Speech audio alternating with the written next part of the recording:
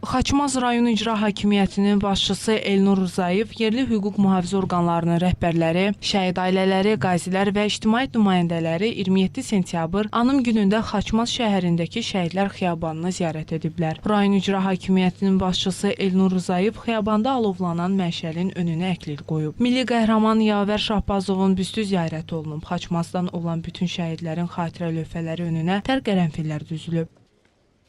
Daha sonra Elnur Rzayev şəhid ailələri və qazilərlə səmimi söhbət edib. Onların qayğıları ilə maraqlanıb. O, Prezident İlham Əliyevin uzaq görən siyasəti, iradəsi, şəhidlərimizin qəhrəmanlığı və xalqımızın birliyi sayəsində vətənimizin ərazi bütövlüyünün və dövlət suverenliyinin tam bərqərar olduğunu qeyd edib.